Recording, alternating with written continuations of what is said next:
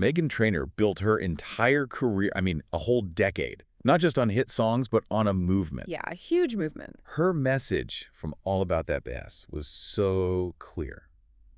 Embrace your size, love your body. So when she shows up in 2025 looking, dramatically slimmer, Oh, it undeniably. wasn't just a new look, it was a shockwave. And suddenly, she's being attacked for being too thin. It's wild. So when a star who champions size acceptance completely changes her own size, is it a health journey or is it the ultimate Hollywood betrayal? Welcome to Scarscope Report. We uncover the Hollywood drama, the music industry shakeups, and all the viral scandals. And today our mission is to get past those headlines about Meghan Trainor's, 60-pound transformation. Exactly. We're going to dive deep into the sources to really understand the medical side, her motivation after having 2 kids, and the big one, why this touched such a raw nerve with everyone. It's like a personal health story that just exploded into a huge debate about body positivity. And money and access, it reveals so much about what it's like to be a woman, especially a famous one, today. Okay, let's unpack this. The timeline is really important here.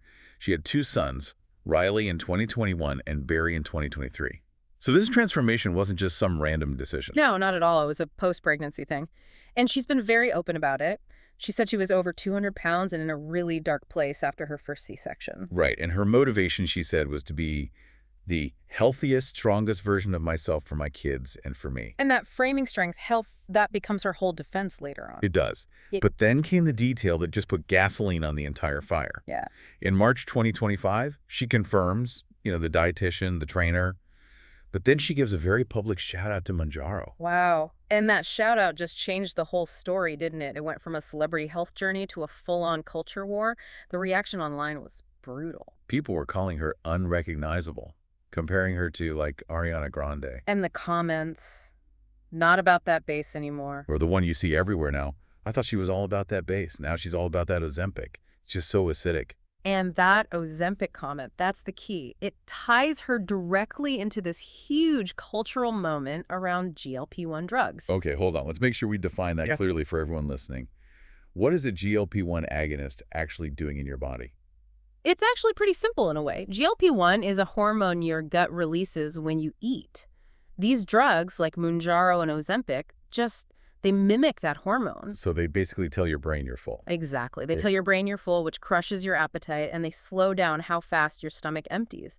So you eat way less and you lose weight. It's a really powerful tool. Which brings us right to the heart of the conflict. Her whole brand was rejecting the stick figure silicone Barbie doll. But now she's achieved that look with a tool that most of her fans could never afford. And she didn't just quietly change, she underlined it. At a concert in May 2025, she actually changed the lyrics to All About That Bass. Oh, I remember this. Instead of I ain't no size 2, she's saying I got some new boobs. Wow. A direct reference to her breast augmentation after the weight loss. And that just poured rocket fuel on the fire. Fans felt completely betrayed. Oh, the comments were intense. Things like, big is beautiful until you're rich enough to change it. And some people were just done. I feel she just morally shouldn't perform this song anymore. And this isn't just about Meghan Trainor. We're seeing this with other stars who were known for body acceptance, like Amy Schumer or Mindy Kaling. They lose weight and immediately face the same kind of backlash. It's like the public feels the whole body positivity movement is a lie if its biggest advocates jump ship the second an expensive fix becomes available. If you're enjoying these Hollywood deep dives, by the way, make sure you're subscribed. We've got so many more stories like this coming. Well, that's exactly the point pop culture expert Zoriana Zerba made. She said fans feel like they were sold one thing, self-acceptance, but are now being told 2 different things. Yeah, I can see that. The criticism comes from this feeling that it's body positivity for some, but for those who can afford to look better, they don't have to accept their body. And the cost is a massive part of it, isn't it? These drugs can be, over $1,000 a month? Easily. And insurance often won't cover it unless you have a specific medical diagnosis. It creates a clear divide. A psychologist, Dr. Lindsay Bedell, she pointed out that this just reinforces the old damaging message that society values thinness above all. Right, and it promotes a standard that is, and this is her quote, unrealistic and unattainable for the vast majority of people. It sends the message that if you had money, you'd be thin too. So, hearing all this, how did Meghan Trainor respond? How did she push back against this idea that She just bought her way out of her own brand. Her defense was pretty forceful, and it Yeah. was all about health, not looks. She basically said, I'm literally, for the first time ever, taking care of my health to the highest level, and I've never felt better. And that's when people attack me. You can hear the frustration in that. Oh, yeah. She even said her new single, Still Don't Care, was like exposure therapy against the haters. She was just trying to block it all out. And beyond the Mounjaro, the sources show she had a really specific health plan. Yes, and this part's really interesting. Her fitness routine was all about strength training 3 times a week. She says she realized, I can be stronger. And she specifically avoided cardio. Mm. She said running on a treadmill made me swollen. Which, after 2 C-sections, makes perfect sense. That's 2 major abdominal surgeries. Focusing on strength isn't just about weight loss, it's about rebuilding core stability. It's a functional medical choice, Plus, the science is there for weight management.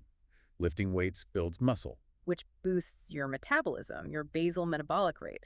So your body burns more calories even when you're just sitting on the couch. And you get that afterburn effect, too, where you keep burning calories for hours after the workout is over. It's just a smarter, more sustainable strategy. And her diet matched that. She aimed for 100 grams of protein a day. Which helps build that muscle and keeps you feeling full. Right. And then on top of all that, she openly talked about the breast augmentation, saying it was the best decision I ever made and that she felt so much more confident. So her argument is this is a complete health and confidence overhaul. Medication, fitness, diet, surgery, everything. But at the end of the day, the analysts all say the same thing. She's damned if she does, damned if she doesn't. When she was heavier, she was shamed. When she gets healthier using the tools available to her, she's attacked for being a traitor to her own cause. The standards are just impossible. So to sum it all up, the sources show Meghan Trainor made a clear choice for her long-term health after 2 really tough pregnancies. She used medication, she used strength training, a specific diet. A completely valid approach. But the court of public opinion, social media, they immediately framed it as a moral failure, as a rejection of her entire body-positive past. And that leaves us with a really tough question, one that goes way beyond just her. Does the pressure on a celebrity to be an icon for a movement, does that override their right to make personal health choices? Or has the arrival of these expensive transformative drugs like Mounjaro just fundamentally broken the body-positive movement itself? Does it make it feel less like genuine acceptance and more like something you only have to do if you can't afford the alternative? You've been listening to Starscope Report, where Jordan and Jamie uncover the stories shaping Hollywood music and pop culture. Thanks for tuning in, and don't forget to subscribe for more stories that keep the stars shining.